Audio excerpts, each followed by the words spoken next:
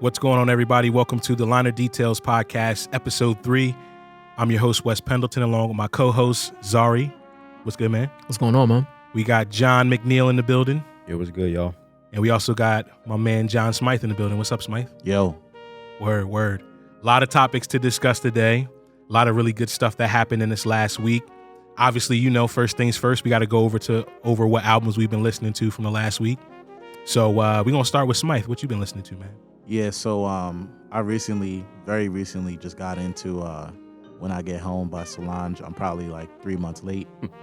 I know everybody told me it's good, you should listen to it, whatever. But yeah, I just found myself really getting into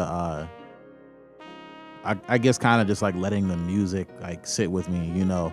John over here is laughing because he knows. Tell them why, Smythe. Tell them why you wait so long, bro. Because it's too much. Everybody was too hype about it. Just too hype. Why Contrarian himself. Yeah, why are you a contrarian with stuff like that specifically? Well, at least you're not a hype beast. At least we can say. Yeah, you're not a hype definitely beast. not a hype beast. Well, to me, like, because I feel like I've heard the limits of music, like growing up around musicians and like hearing all kinds of music. Like, I've heard how crazy like musical expression can be from listening to like John Coltrane. Like, I know that's like a super far stretch, or like, you know, apples and oranges from like John Coltrane to like, you know, whatever is coming out. But to me, like that is like, that's the limit of like, okay, you're a master at your instrument, but you're also like expressing like something like on a crazy like spiritual level, or like, you know, Sounds like elitism to me. Oh, probably. Musical elitism. John got his big words. I don't know what this dude is saying. Almost had a Booker T moment, right? Bro, last night he gonna say if I had a TED Talk, it would be called Big Words. Yeah. Wow. Get me out of there. It's cool. Yeah. That's not even true, man. That's not an accurate diagnosis of who John is, man. Come on. No, you should have heard the other 4 TED Talks I gave him. The first one was called Diplomacy. Now that one I can see. But yeah, no, I'm just not impressed initially by music. Right. But it's more so like a, you know, an emotional thing now. So yeah. Got you. What about you, Mr. McNeil? Sheesh, man. I mean, I told you I was listening to the new Flylo joint. Really dope, man. Obviously, I love Thundercat, you know, as a bassist. So anything when they collab, I love it. But man, it is a long album. I'm literally only halfway through it. He's got like 27 joints on here, bro. I'm on like number 12. So was it like a double album? Because I haven't even listened to it yet. You know how it is on iTunes and I don't think they call them double albums anymore because it's a streaming service, so it's not on CD because they didn't label Chris Brown's. And they're not short. They're like long, but it's, you know, it's a lot of jam band oriented type. You know how they go. It's on vinyl though, right? Most likely. Is it? It might be. I mean, I feel like. Sorry, could you look that up? See if it's on vinyl while John's still talking about that. Some dope collabs though. Anderson's joint on there, crazy, bro. Tierra Wax on there. Shout out Philly. Denzel Curry's on there. Yeah, a lot of really dope. Wow, Solange is on there. I didn't even get to that one yet. Tierra Wax is from Philly? Yeah, man. I did not know North with an that. F, man. For real? Yeah, bro. Yo, speaking of Thundercat, did y'all see that picture with Thundercat, Donald, and Anderson Paak in the same picture? Yeah, I dropped that in a group chat the other day. I was like, yeah, this is gonna get crazy, bro. Yeah. Okay, word. Zara, you up? Vinyl. It's on vinyl? Okay, so if it's on vinyl, it's definitely a double album. Then. Copping that. Yeah, and low-key might be three pieces of vinyl, depending on how long the songs are. All right. But take notes. Yeah, facts. What about you, Zari? What you been listening to, man? This week I have been dipping back in my throwback bag, listening to Tupac, Me Against the World. Yeah. I have been listening to nothing more other than the new El Capo Jim Jones joint. And there's just something about Northeast rap, East Coast rap. We just don't get as much of it as we used to. And I don't know. Do you guys feel like that's like a dying art form, East Coast rap? Yeah. But it's good to have somebody, you know, bring it around again, because it's been such a long time to actually hear that vibe. Hip hop's not as regional anymore. No. Right. So it doesn't matter. Everyone sounds like they're from Atlanta. Maybe it's just not dying in my heart. That's why I was about to be like, no. Yeah. Well, you understand what I mean. I mean, if you look, Yeah. there's still plenty of like you know, what we would consider purist rap. Yeah. You know what I'm saying? Or even just street rap. You know what I'm saying? Yeah. From a you still got Northeast like perspective. Joey Bad. Yeah. But even Joey Bad has been going kind of like a little mainstream. A little bit, yeah. With every album. When Casanova put out Don't Run, I think it was called. To me, like, I thought that was one of the best records. Was it 2017 or 2018? To me, like, that was one of my favorite records that year. Because it was so aggressive. Yeah. It was so like Flatbush, you know. Got you. He definitely has his own lane.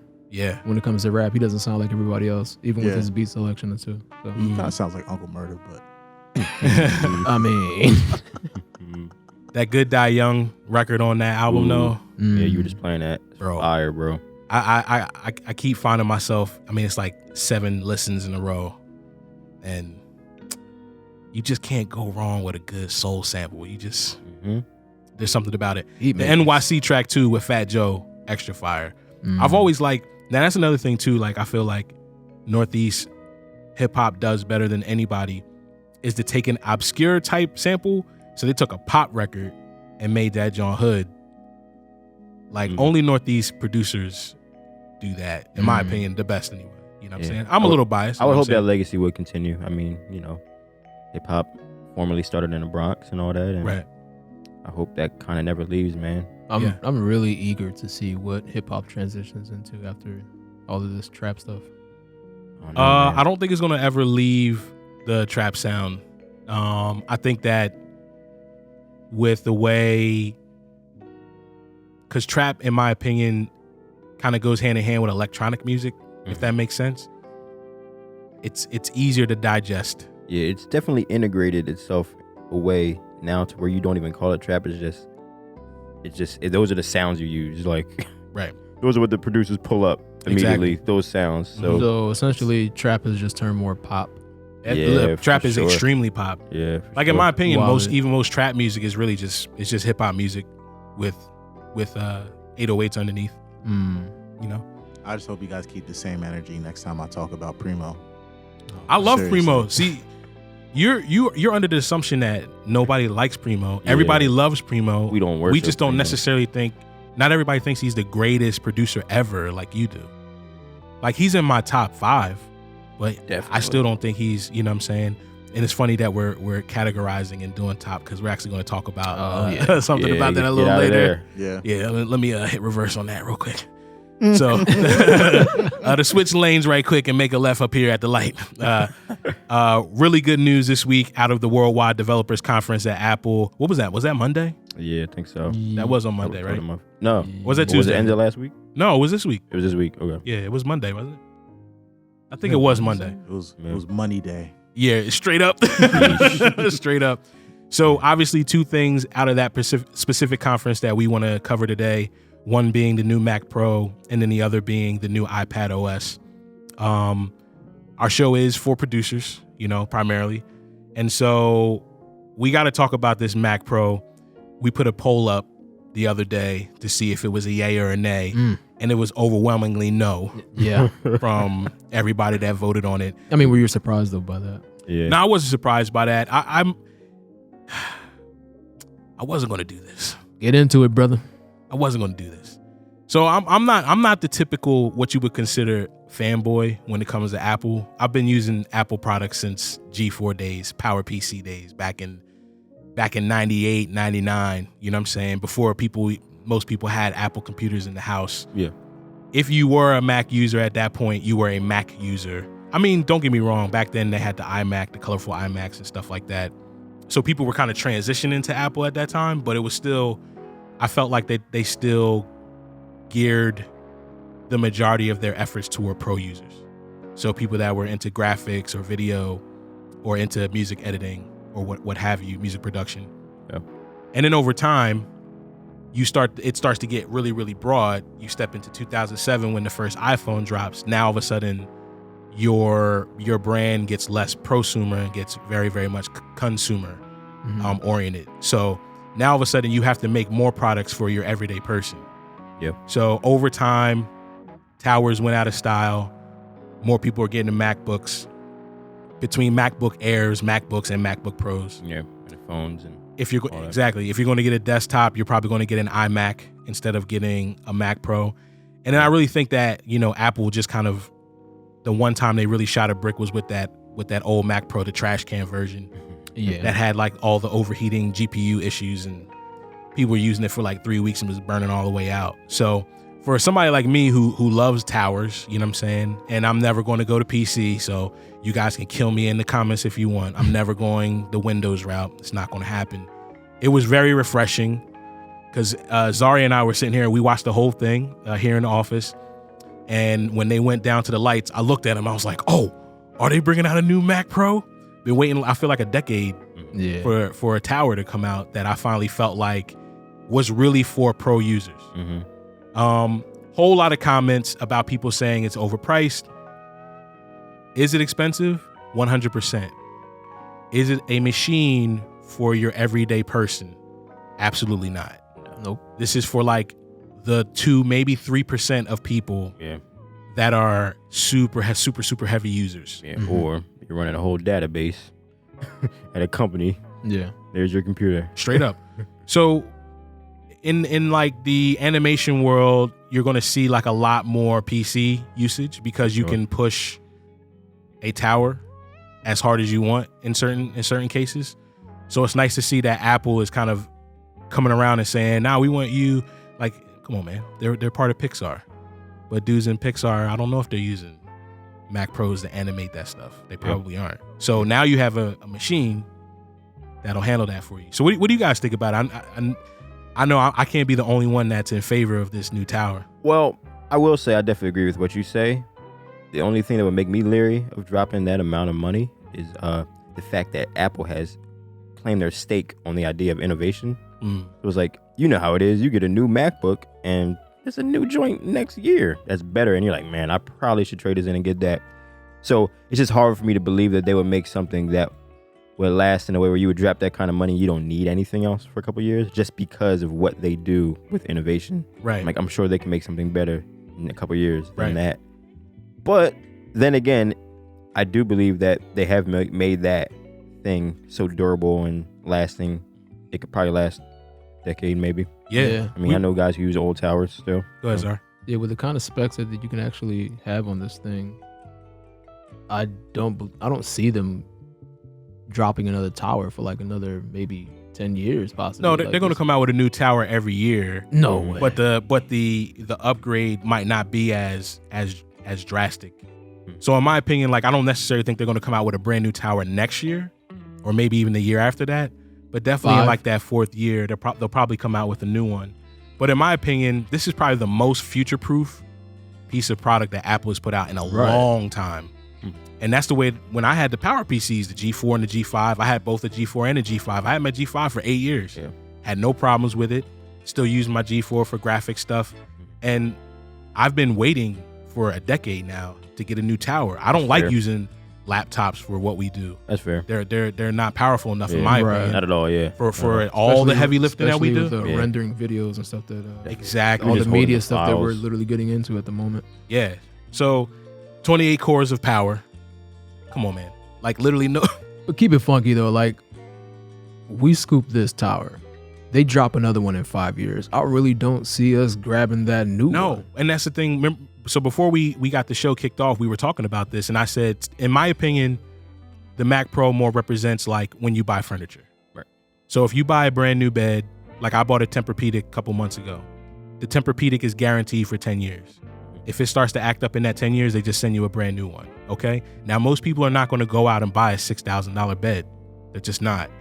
It's a good investment though. Bruh. And trust me when I tell you, we've been joking about it. I can't watch television in the bed because as soon as I get into bed, I fall asleep. I kind of think that this is more in that same vein of like, if you buy a sofa for your family room, you're not going to buy a new sofa in 5 years. You're going to probably buy a new sofa in 15 years. You know? Future-proof is the word you said. I just hope. Right. Yeah. That's the mindset they have. Because sometimes with Apple, the mindset is not future-proof. It's just, let's get something fire out. But they're going to innovate and make something better very soon. Mm-hmm. I mean, that is more so the model they take with the everyday user stuff. iPhones, iPads. Right. I hope that isn't translating for them. Yeah, it's just that this tower isn't really for everyday for sure. users. So, like, I can see them doing that with cell phones and, like, you know, laptops and iPad tablets and stuff like that. But whereas this tower, there's no way that they be dropping like once a year for that thing. Right. Yeah. What do you think, Smythe? I know you want one. Yeah, just because. Smythe needs one. No, I really do. Like mixing on a laptop is kind of like, I don't allow it to dictate how many plugins like I'll use, or like whether I'm gonna, mix through analog gear or just put everything on the master bus, like put plugins on the master bus. But it can definitely, it's every time I add a plugin, sometimes I'm just like, yo, is this gonna be the one that like, Jenga, bruh? Yeah, no, because funny. like Jenga with the plugins. even like I'll get tracks in 96 that were like created in 96 kilohertz, but I have to mix everything down in 44 because like, first of all, I use like outboard reverbs and outboard delays, and I'm mixing through like a SSL bus compressor and like some analog tape saturation, and printing mixes with when you already have plugins on, you kind of just gotta like just hope for the best because it's so unpredictable.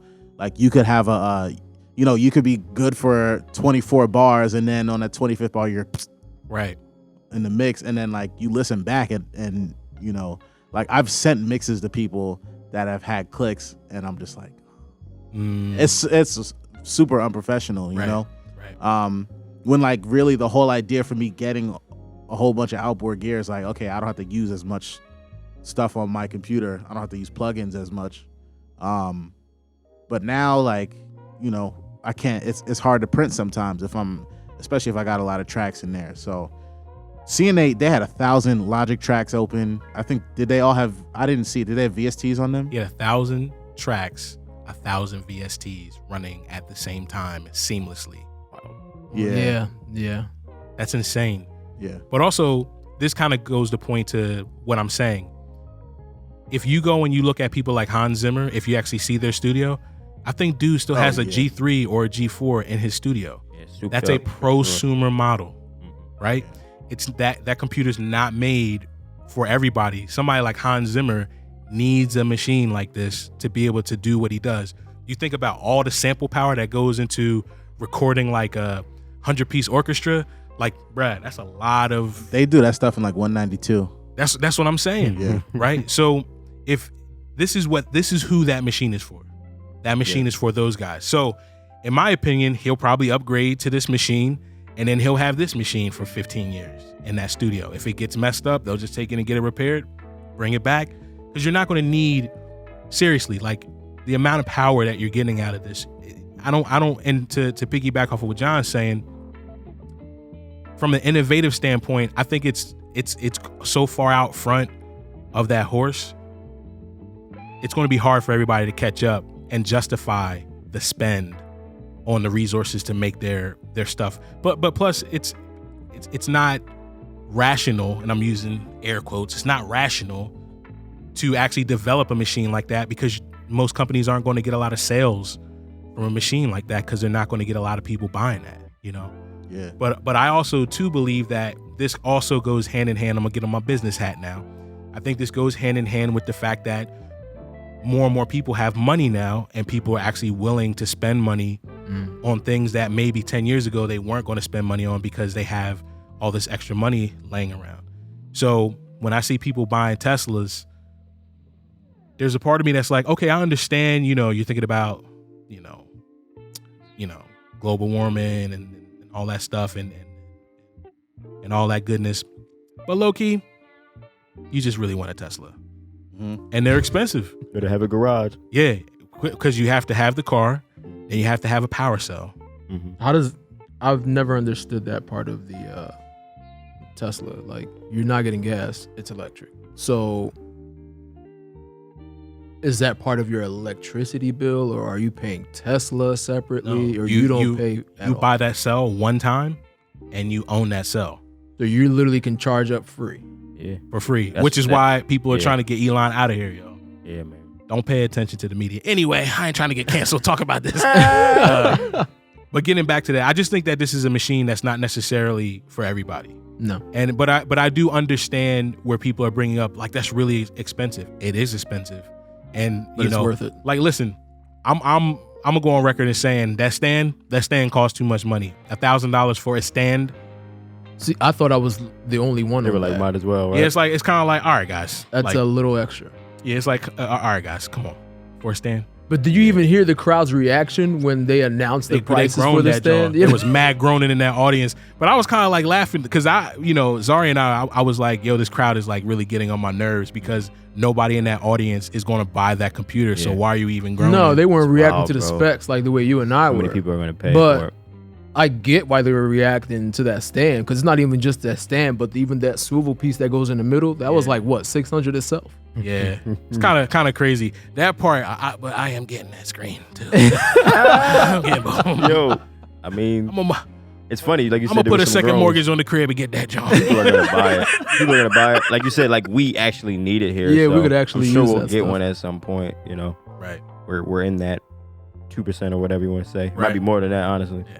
But Straight you up. know, just like for everyone that says it's expensive, you're gonna be good with the base model. Start out with the base model and expand as you go. You Or don't need the extra. Just don't buy it because you Just could don't buy probably it. get Right, away yeah, with yeah. with an iMac. You know, Well, yeah, what I'm that's saying? like depending on what you're actually doing, like work-wise for your computer. If you feel like it's a good enough investment to where you'll make that money back and then some, by all means. Right. But if not, don't spend all that money. Because if all you're doing is rendering YouTube videos, that ain't for you. right. Yeah. It reminded me of when the Moog 1 came out. What was that, last year? Mhm. Last fall. And the Moog 1 is what, like 8 racks. And like, you know, somebody like the guy that's producing like type beats is not gonna buy a Moog 1. No. You know, like honestly, even like I would love to have a Moog 1, but like I just know certain stuff, like not even from a programming standpoint or like, you know, creating sounds, because it looks like a dream, but just from like a playing standpoint, the kind of person that wants a 16 voice analog synthesizer is somebody like Joel, you know. He's the only person that would get real good usage out of the Yeah, whole right. team. Like literally no one on this team but him. Yeah. Honestly, Yeah. you probably second just from the synthesis standpoint. Maybe you said maybe Meether. Yeah, but But I I'm saying mean, the purchase has to make sense. yeah, but like a parallel is like, yeah, if the tower's not for you, then get something smaller. Where like, yeah, the Moog 1 is not for me, especially at 8 racks. But you know what? Like, I'll probably be good with the grandmother, or I'll probably be good with like the Siren or something. You know? Yeah, like if you're not good with that tower, get yourself a Mac Mini. Right. You'll be straight. Yeah, that's Right. that's the part that kind of like was weird to me is like, you know, guys, I mean, we do the same thing. So we have the sample packs, but then we have the composition packs. We really made the sample packs for guys that may not need to have a composition pack because they really only need a couple parts in a 2-bar loop maybe to make their Right. beat. And then we also have our drum packs, which are even less expensive. And then even within the sample packs, you get all the different variations of being able to have the full download, or you can have the melodic loops or the melodic one-shots or the drums. There's a whole bunch of different there's something for everybody. So maybe you only need a MacBook Air, like Zari was saying, or you only need a Mac Mini to do what you have to do. So even with an iMac, most people don't need an iMac Pro. They'll probably Right. be okay with an iMac. Right. You know, so A lot of you beat makers, all you need is an iPad. straight Oh up, my which gosh. we're about to Yeah. appreciate the Shout segue. out, shout out to the homie D Still. I was just in Seattle. This man is killing a lot of y'all on an iPad. Are you seriously? Yeah, bro. What is he using on an iPad? All different apps. All different apps. You know, that it's talk crazy. to I each actually other, made it. too. I use an app called Music Studio, I think, and I made a couple beats on it, and I was like, wow, that's actually Crazy, that's man. pretty It's crazy. endless. The next nowadays. frontier. So good segue from John. We're gonna go right into iPadOS, which was probably that came before the Mac Pro announcement. Yes. So immediately when they said that they were making a separate OS for iPad, the first thing I said to Zari was like, oh, this is going to be something that we have to talk about on the show because this is really, really good news for producers. The first thing I think about when I think about tablets specifically, so let's just be honest.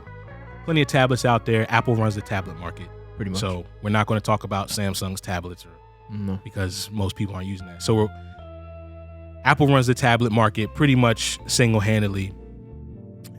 The only issue up until this point was that you weren't getting the same, how can I say this?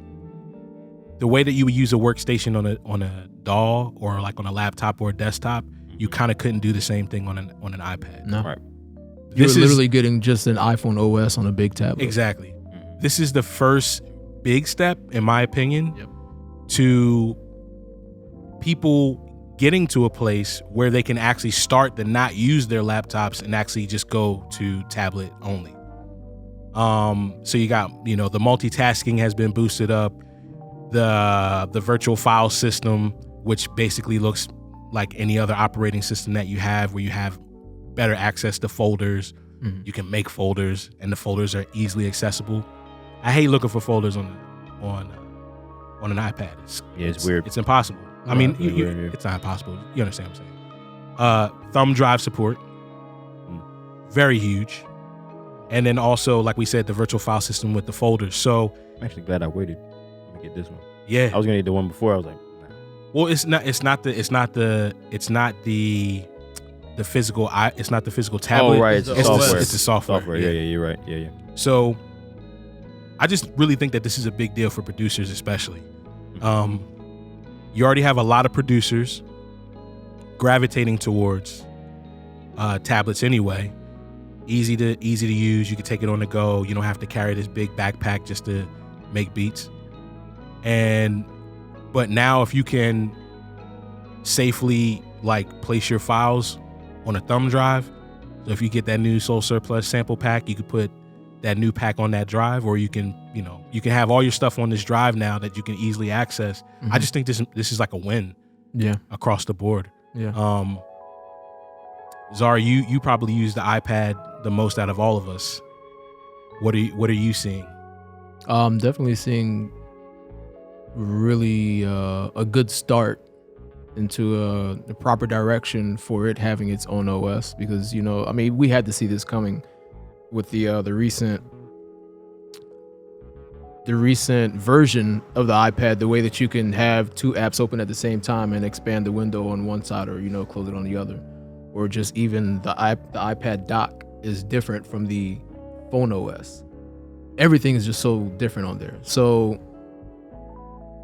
we had to see this coming, that it was going to get its own OS, and it's just going to make it a lot better definitely for producers, because even just using that one music studio, you were actually able to, although you had to do it through iTunes, you were actually able to load sounds on there, and it has different tracks. You can either use their instruments, purchase their instruments on there, or you can unload whatever you want to unload on there and literally make beats on there. It's kind of like a little baby Logic. Yeah, and so the thing that I saw through this is one step towards getting a real version of Logic on a tablet. Yes. This is literally what I've been wanting out of the Apple tablet for so long, to be able to actually have a desktop on the tablet, its own version of a desktop. It doesn't have to be a full desktop, but to be able to run desktop apps. But then Apple has literally transitioned their programs and turned them into applications. Right. So now that they're applications, in the future, they're just going to start getting dumped onto, to the tablet. Yeah, because that was another thing they said in the keynote too. They said that on the new OS, and they were talking about iPhone OS. They were talking about iOS 13. Mm-hmm. They said on the new iOS, the application files or the application size is actually going to be like half smaller. now. Yeah. And so that was the first thing I thought was they've been making these steps for the last 4 to 5 years because they knew that eventually we would get to here where you could, in essence, run a whole session on an iPad. Like we could record this whole conversation. I mean, we could do that now, but I like Logic. I like that interface. Yeah. And I'm not switching over to any of the other different DAWs. Zari's talking about some beat making DAW that he uses. I'm not using that DAW. I want to use Logic. That's what I'm comfortable on, and I'm not switching. So I won't be working on any type of music or anything until it's that's on all the I use iPad. is Logic now at this point. But at that point, I didn't have Logic, so that's why I was using Music Studio. This is back when I was living in Florida. By the way, shout out to Dark Mode coming out on iOS 13. Thanks. Yeah, right. We're just going to take a quick break for a word from our sponsor. If you're anything like us fellas on the Soul Surplus team, you find yourself hitting various music studios or traveling out of state and staying in random hotels, or even touring with bands and sleeping on a tour bus for months. When you're at these locations, you have to rely on the available public Wi-Fi, which could leave you vulnerable to hackers. Imagine VPN as a hack-proof encrypted tunnel for online traffic to flow. Nobody can see through the tunnel and get their hands on your internet data. NordVPN gives you peace of mind each time you use public Wi-Fi, access personal and work accounts on the road, or want to keep your browsing history to yourself. There's even a NordVPN app. With one NordVPN account, you can secure up to 6 devices at the same time. Head over to nordvpn.org/soulsurplus and use the code SOULSURPLUS, all one word, so you can get 75% off a 3-year plan plus 1 month free. Again, that's Soul Surplus to get 75% off a 3-year plan with 1 month free. It's inevitable. Like I said, this company plays its stake on innovation. So I wouldn't be surprised if we finally get to a place where you can get that desktop kind of usability with the applications and all that that's on your MacBook Pros on an iPad. But like I said, I was literally just in Seattle this week, and I was hanging with my good brother, Daniel Steele. We play in a band together. But man, he was, I think he's one of the best as far as like with iPads, making beats on iPads. He's just one of the best, period. Yeah, but period. He's definitely true, you know. Yeah. So yeah, shout out to D Steele, man. Love that dude. However, he just knows a lot about the different applications that can speak to each other. I mean, he makes some of them too. Like, you know, y'all know this guy is just crazy with that. But a lot of the apps can talk to each other, and you can use them in conjunction to kind of make beats. But we all know most people don't have that knowledgeability and that know-how to do that on those iPads. So yeah, just to make it easier for people, you just give me Logic on an iPad. I can rock out. Do you guys think you would ever get to be comfortable? Wait, there's GarageBand on the iPad. Do you ever look at Smythe is already shaking his head because he already knows what I'm about to ask. Smythe is do you ever definitely think not you'd the be one. comfortable with putting a whole rig running that through an iPad? You're saying that today, bro, but like 5 years from now, that's do you definitely know going to be what would something. be fire? Yeah. What would be fire is if you could literally just have a session on a desktop and shut your desktop down, just walk away with the tablet, and you continue your session on your tablet. That's coming. You kind of can in a way, well, at least with recording. Like they have like the app that you put on your phone or iPad. Yeah, Logic Remote. Logic Right. Remote. But Logic I mean, Remote, that works in tandem with Yeah, the... but I mean, like literally just like You're talking about like in the cloud. just Right. like move your whole session over to a I'm sure tablet. that Or can even- definitely happen because there's cloud services that allows you to do collaboration that way. So I know that it exists. They just got to form it out. I mean, we do that now with the Adobe Suite. I can be working on something, literally. close it, and then Zari can see it. You can do that in Ableton. In Ableton? Yeah. Nice. I forgot what it was called. It's like some kind of collaborative. But yeah, you know, you guys already know where I'm at. I've never owned an iPad in my life. Probably, you know, iPad, I'm not against owning one. It's probably going to be one of the last things that I buy just because, like, I feel like I've lived 25 years without one. Well, I mean, it's not really a sensible purchase for you at this moment.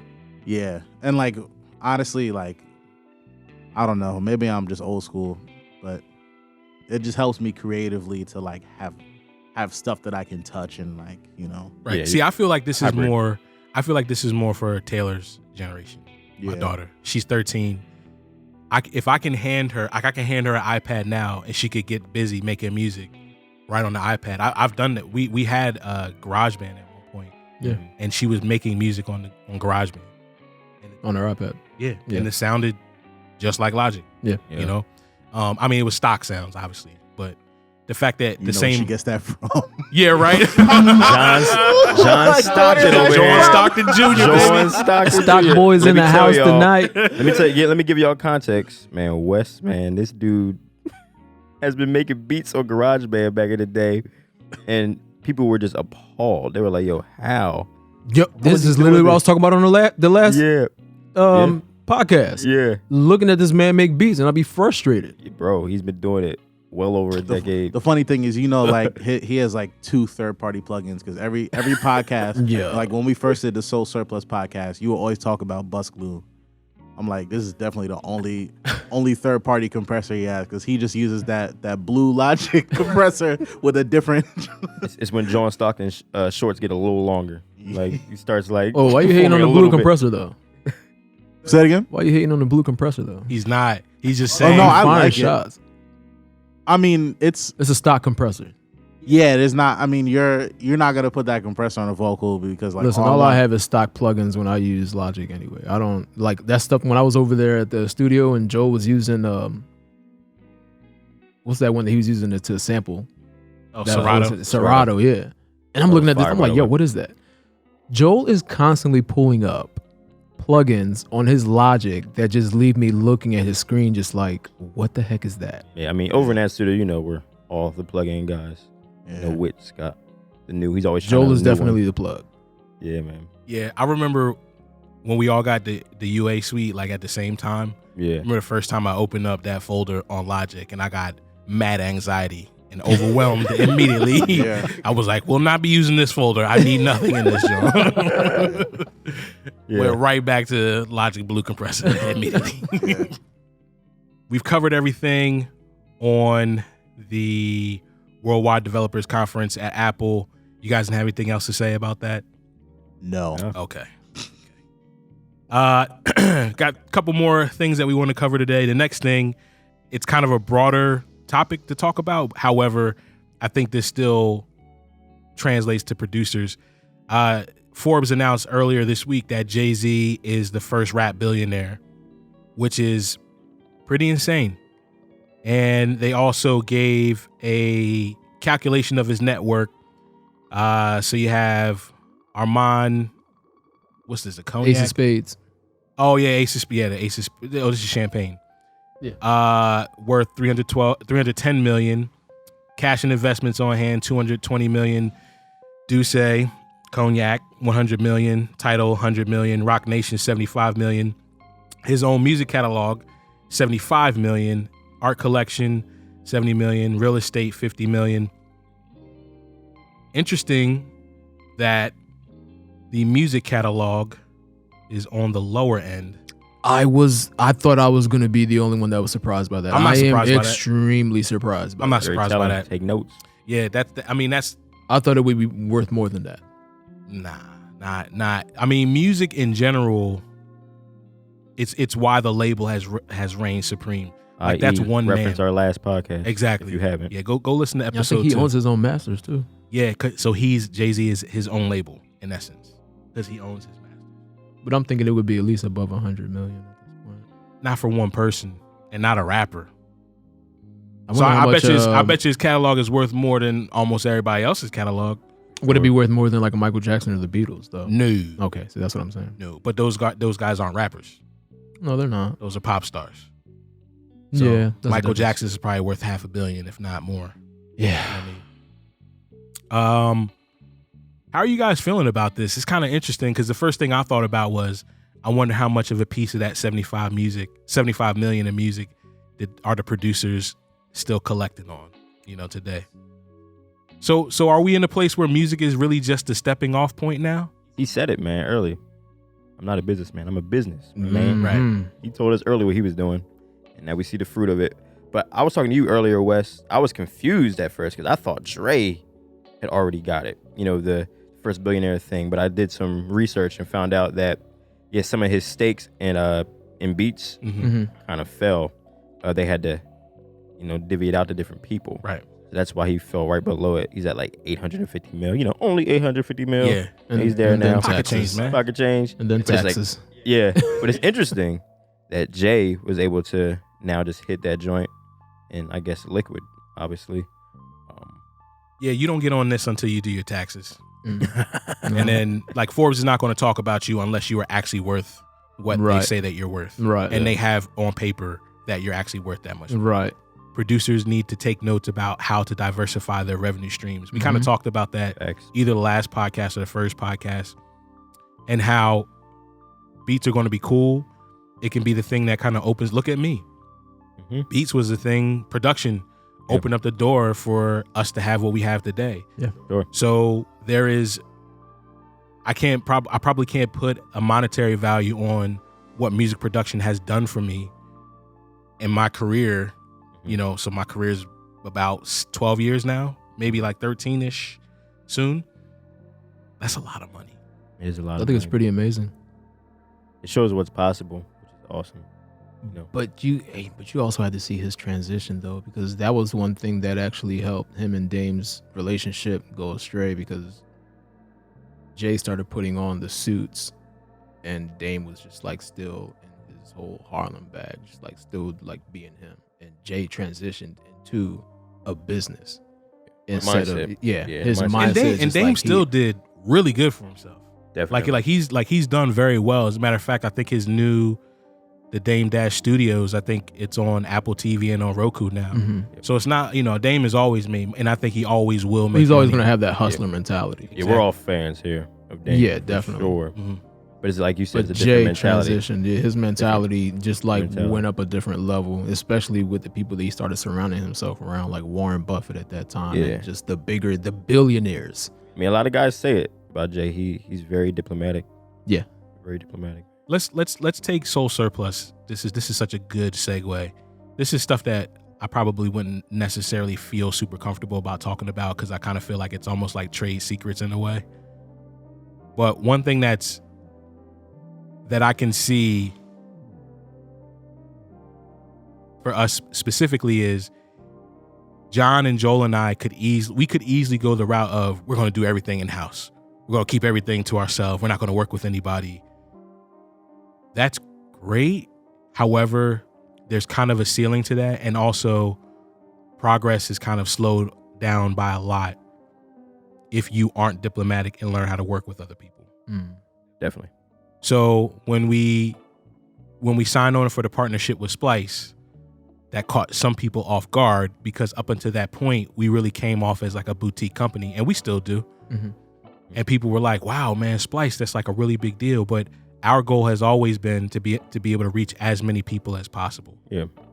And those things can coexist more than people think. Exactly. And the best part about that has been, since that announcement has been made, now all of the different things that we do, podcasts and videos and stuff like that, all of that stuff has way more attention than it would have had if we kind of would have just tried to do it by ourselves. So in the producer community, I don't feel like diplomacy is a thing that most people are good at dealing with, especially music producers and hip hop, especially. A whole lot of, everybody doubting me, everybody hating on me. I had to do this myself. You know what I'm saying? There's a whole lot of that in hip hop in general. Oh yeah. But definitely with music producers. Music producers in hip hop especially they catch feelings real easily, stuff like that. It's a real me mentality.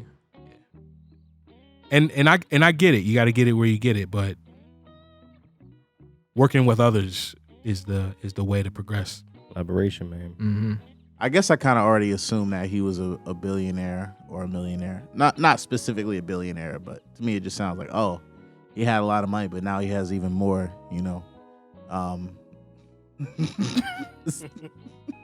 Yes, he has a lot of money. Yeah. But yeah, I guess, it's cool to see a black man become a billionaire. Yeah. And Jay-Z, honestly, like, to me, he's always gonna be a rapper. Like, I know he's a businessman, but to me, it's just like, oh shoot, a rapper became a billionaire, which is cool. I guess I just don't naturally think about things like that as in depth as you guys do. But that's the cool part for me is like, yeah, Jay-Z's a billionaire, but I kind of still care about like the impact that the Black Album had on me more than like how much money he has. Hate to be the contrarian, like, money doesn't matter in this, but it's kind of like, No, but I actually think they go hand in hand, in my opinion. When you listen to where, like you guys were talking about his mindset. Yeah. So he even got it back then that he knew that, rap wasn't going to be it. In order to expand, he had to branch out of that. Yeah. That's the kind of mentality that you have to have. Like, somebody like him, like, he knew that, I think he knew firsthand. Like even prior to that, hustling, he knew that it wasn't gonna be just that. He wanted to do something else. Right. When he got to rapping, he knew that it wasn't gonna be just that. Right. He was gonna elevate it to something else. It's just like he loves to elevate into a different or evolve into a different person. Mm-hmm. To be where he's at now, it's astonishing. It's crazy. From reasonable doubt to a billionaire. Yeah. Crazy. Shout out to Jay. Congratulations, man. All right, so we're gonna move into this last topic. We were real excited. John actually put this in the group chat the other day. Oh. And we were about to start talking, and I was like, no, let's save it for the podcast because this is going to be a little polarizing in my opinion. Mm-hmm. So the other That's day, the stuff I love, polarizing stuff. yeah, we know because you're the contrarian of the group. We already discussed this. Nah, but seriously, earlier this week, Just Blaze put a post out. It was on Instagram, right? Yeah. Yeah, I think so. Yeah, Instagram. And apparently somebody had made a list of their top producers. And Just Blaze didn't appreciate this, not one single bit. Not at all. Yeah. So he said, why do people do this? This is a culture, not a monarchy. I have too many great peers to sit there and attempt to needlessly rank them. They're all great in their own right, and many of them come from nothing. Stop this dumbish and give them all their roses. Facts. Also, y'all still missing a bunch of folks, and don't tag me in this kind of BS anymore. Facts. So I kind of laughed at the last line. I was like, sir, you're going to get tagged in this till the world ends, because that's just how this goes. Yeah. But do you guys think that he has a good point? Definitely. I think he does. I think also though there has to be room for those discussions to happen because that's just the nature of what we do. Yeah. But let's just keep in mind of like just respecting and honoring what folks have done before us. Right. Yeah.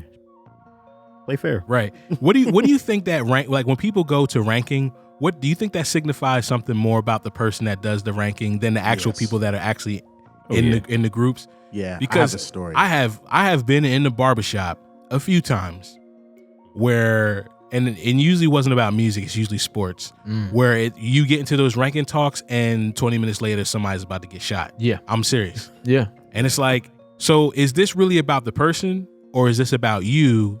And do you feel disrespected because somebody doesn't hold your top person in the place that you have it? I have a good story about this. So a couple of years ago, last year, I used to teach bass for this nonprofit called Rock to the Future. And one of the students, I think we were talking about Kendrick Lamar. Like I made like, a passing comment. I'm like, oh yeah, Kendrick Lamar is the greatest of all time. And so he was like, no, Cardi B is better than Kendrick Lamar. And remember, this is last year when like it was around the time Invasion of Privacy came out. And so quite interesting. See, this is my issue. This is Hold literally on, my let issue. me finish the story. Go ahead, flex out. So and he's context, the kid is like 13. Right. And he doesn't, although this is like a after school program for kids to learn music, he's not really like into music like that. He's also from Philly, so he was like, yeah, Meek Mill is better than Kendrick Lamar too. And then I got understood, I'm like, you just like what's accessible to you, and what's accessible to you is the best to you. I just thought it was like, it made me realize like for me and the conversations you guys know that I normally have, it's like, yeah, Kendrick Lamar is the best, and I'm going to talk about this for the next 3 hours, and I'm going to talk about it until I'm like falling asleep, but like even just ranking musicians, I don't think that's something that kids that age even care about. It's like, how are you going to rank something that's there for like 2 seconds, right? So yeah, I think that kind of though is a place where that conversation can exist in a good way. It can be a part of educating people, right, and enlightening. However, it's not going to be a good one because obviously the education is very, very lopsided. Right. So I like when the conversations can be both parties are well educated, understand, which is like never. Exactly. Yeah, usually, yeah. That's why those conversations happen, because if both parties are well educated, it's less about who's the best and more about what they deem dope Right. about that person, and it's more of a conversation, So arguing. like that's literally one of my biggest gripes with like, you know, today's fan base. We recently have someone like Cardi B whose Invasion of Privacy, all 13 songs are literally about to go platinum, which has never happened. Yeah, Cardi's history. killing it. Shout out Cardi to is killing it. Shout out to Cardi. She's killing it. So, no, go ahead and do Out it. of pocket. Yeah, go ahead. Sheesh, I'm mad he could do that. So then, This man is Dominican. Shout out to DR. yeah. You have stuff like that makes today's kids go, oh, this person is so much better than that. Like when you started hearing that Drake and Rihanna were passing the Beatles and Michael Jackson and you know, sales and stuff like that or whatever, they literally start using that as a measuring tool to say, oh, Drake is better than Michael Jackson. Have you lost your mind? Have you lost your mind? I mean, this is where it starts to get into that place where it's like mad subjective. Yeah, that's what I'm saying.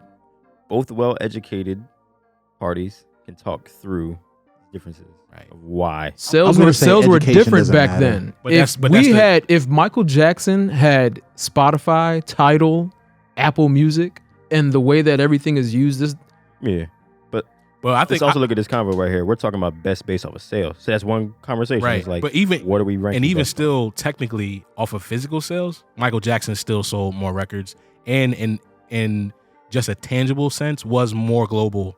But I guess And what they're Drake- saying is that, you know, like, oh, the album just dropped and look I at how I understand that, and I mean, but that oh, Drake is the GOAT. Oh, Rihanna's the GOAT. I mean, Drake is one of the best rappers of all time. One of. He's like two. One He's- of. He's number two. He's not. Right behind Smythe is Kendrick. like, he's definitely top two, and he surely ain't one. He surely ain't two. No, but I mean, I'll say this. I feel like two people don't have to be educated for the conversation. That's to a be dumb valid. conversation to For it to be have. fruitful. Well, I'm saying not valid. I'm saying for it to be fruitful. No. Here's what I'm saying. For it to be fruitful. I don't know Yeah. because you guys all know this is a stance that I will take.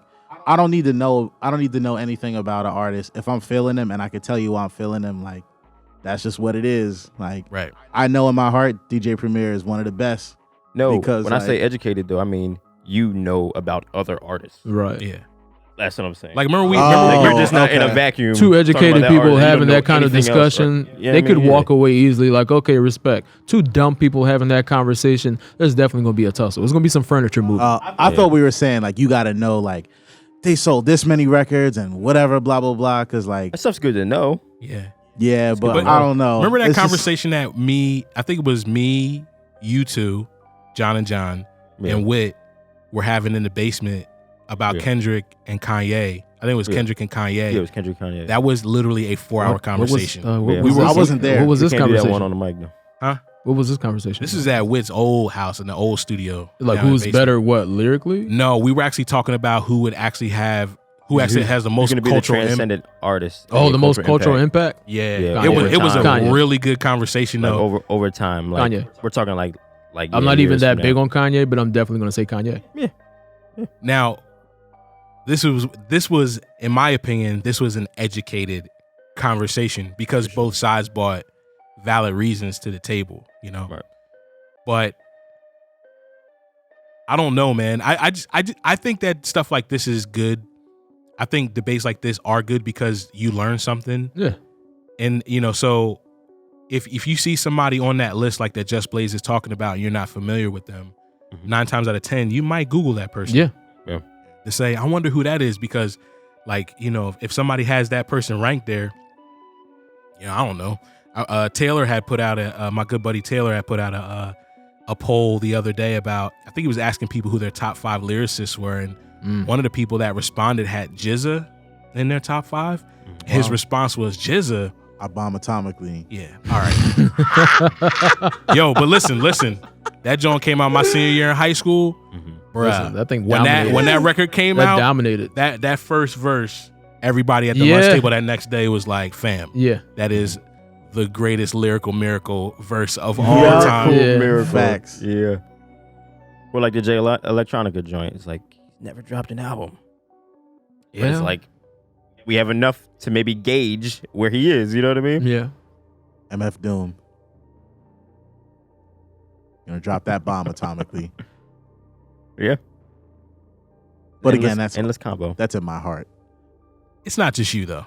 It's not just me, but I just know, like, after there was a conversation I had with Octavius about like trap music, and after that I just knew, like, yo, I kind of don't care about what the facts are. Like, I just know if I feel like Kendrick is the greatest ever in my heart, like, yeah, like I'll listen to what people have to say, and like I'll even consider it. That's the reason why, like, I started liking the Solange album, because I'll really consider what people have to say. But like sometimes in my heart, like, I don't know, it just kind of doesn't matter. Like, if somebody's the greatest to me, like, I don't. It all depends on I don't everybody. really care. I just think that conversation, discourse, and argument actually is fair game if people have an understanding of how that works. So it's like, yo, you can have in your heart who's the greatest artist all day. Just convince me by actually having a logical response. Right. Don't let it be all emotional. Right. Like, yeah, that's the problem, is that a lot of let's people be hold logical emotion about behind it. those their Let's arguments. let's get philosophy. I mean, you know me, I'm very philosophy based. There's a way you have conversation. Are your things valid that you're saying? If it's all emotion, But that's when I think you're not smart. when you come with valid reasons. Let's just end this conversation now. I'm You not come with smart valid then. reasons. It's all it's music. It's all emotional to Well, me. I think that's the point that Just Blaze was kind of trying to make. Yeah. Like, he's literally saying, you go into a conversation like this, two people are never going to come into the conversation the same way 9 times out of 10. For sure. You know, very rarely. Like, I yeah. literally had somebody try to tell me one day, and listen, like, I think he truly, genuinely believed this with all his heart. He was like, listen, there is no better pizza than Chuck E. Cheese's pizza. Oh my Chuck E. God. Cheese. And listen, Chuck E. Cheese yo, I don't pizza know, be hidden, man. bruh. Chuck I E. don't Cheese know. pizza be hidden. Yeah. But y'all are bruh, the definitely best wild. pizza. I do hear Best. stories about it. I've never had it. Oh, Chuck E. I Cheese definitely pizza be hear a hidden, lot of bruh. stories about Especially Chuck when E. the Cheese cheese is pizza. burnt a little. Best a little about putting you on a can too. Yeah, bruh. Yo, low key, like, you know, when I became a dad, I was looking for them parties. That invite Chuck E. my Cheese daughter parties? to. Like, having a party. Oh, you know what? I think I can actually make that. I'll take Taylor to that one. That cheese is You know what I'm melted saying? plastic. Oh You say it's melted plastic? Here y'all go. Hey. Vegan apostles. Hey. Oh, y'all. The vegan apostle. Hey, I like brother, that. they just posted a video of somebody trying to That's a burn record. cheese, and Yeah, it vegan- blackened out. It didn't melt. First veganisms 9 and 10. Yeah. Nah, but yeah, I the one thing I do appreciate that Just Blaze is saying, you know, you got to give everybody their roses, man. Like the cultural impact that so Everybody many of had these their guys own lane. made. Not all those producers weren't the same. So it's Exactly. hard for me to sit there and say that, oh, Heatmakers is better than Neptunes. They're different. I Yeah. can't say that. Categories are good. I mean, I remember Budden and them were doing a list, and he put MF Doom in his category of alien. Right. Yo, so I have my alien lyricist. He put like 3 stacks. I think he put 3 stacks in there with him too. Right. It's like, yo, that's when I like to get down to the nitty gritty of like valid conversation. Like, yeah, let's like. Yeah, you Pretty low key interesting. can't put you can't put those guys in a list with like regular rappers, quote unquote. That's what I'm saying. Like, you Yeah. can't, like, when you try to have this whole top 5 type, like top 10 list, it doesn't work out that way. Yeah. Everybody's in their own different lane. Yeah, I was even thinking about, you know, my club days back in the day. Yeah. Depending on the producer, there was a different type of reaction to how the crowd interacted with the record. I'm Right. serious. Yeah. So if a Just Blaze John came on, there was a different energy Right. to when that record came on to how the people interacted with that record on the dance floor. Mm-hmm. Yeah. And then say like if you threw a Heatmakers on right after that, then all the goons would get up. Right. And now it's like now all the super dancey people are kind of like, you know, They're reserved. They yeah, stay and they're back a still little. dancing, but they're not, you know. Then Neptunes comes on. Then They're back on the dance floor. Exactly. Now all the girls on the floor. You know what I'm saying? That's what I'm saying. Different lanes. I think that's what Just Blaze is saying, is just like that to me is the most accurate depiction of cultural representation, where you have a group of like-minded people that are in the same place at the same time for, well, they're actually not there for the same reasons. No. But you can see how the music triggers everybody a different way. Right. You know what I'm saying? Like, speaking of Joe Budden, listen, when that first 2 bars of Pump It Up came on, even to this day, that joint will come on. It's like, Yeah, that was a record. you know. So, yeah, I'm with Just Blaze, man. Just give everybody their flowers. You know, Yeah. everybody's dope. You know, some people are gonna mean more to other people than not. And just because somebody doesn't mean as much to you doesn't mean that they're lesser than. Will we ever get to a state where it's like people are getting their flowers before Absolutely they've not. completely moved on? Absolutely and I think not. That's like a big issue. It's not. It's. I don't think it's possible because I think music is such a subjective thing. Look at Smythe. Smythe literally just said that he didn't listen to the Solange album for a quarter of the year, and now he just caught on. Yeah, I love it. Yeah. Yeah, it's also very on brand for him. So. Yeah. Oh, very true. Yeah. Very true. So I'm not even mad at him because this is him. Yeah. Very true. Yeah. Yeah, man. Well, listen, guys, this was a great episode. Hope you guys listening enjoyed this. And don't forget to subscribe to the YouTube channel. We really we like to premiere these specifically on YouTube because we are live chatting. We're able to talk to you guys live while the show is actually coming on. Normally the show premieres Mondays at 9 p.m. This Monday, the show will actually premiere at 8 p.m. because there's an NBA Finals game on and we don't want you guys, to lose out on what's going on. Let's keep it funky. We don't really care. We don't want to miss out on. Yeah, especially not me. Right. I mean, love we love you basketball. guys. Yeah, because we he love said you. Drake is We love the you greatest guys. rapper of all time. So he's very involved in this. And, yeah, because of the Toronto Raptors versus the Golden Okay, State enough. Warriors. Enough. Oh my You are wild. Yeah, God. guys, By the way. ask me about basketball. Don't ask Please this do guy not. about basketball Ask ever. Ask me about every basketball in the Do world. not. Anyway, so as we What? go, we just want to make sure we take a couple minutes to shout out our sponsor, NordVPN. If you guys are looking for a way to protect yourself while you're browsing on the web, whether you're in a coffee shop, whether you're at a music studio, or whether you're in the airport, go to NordVPN. You can use our code or our hyperlink, nordvpn.org/soulsurplus, or use the code soulsurplus to get 75% off a 3-year deal plus 1 month free. Browse in privacy. We'll see you guys next week. Peace. Later. Peace.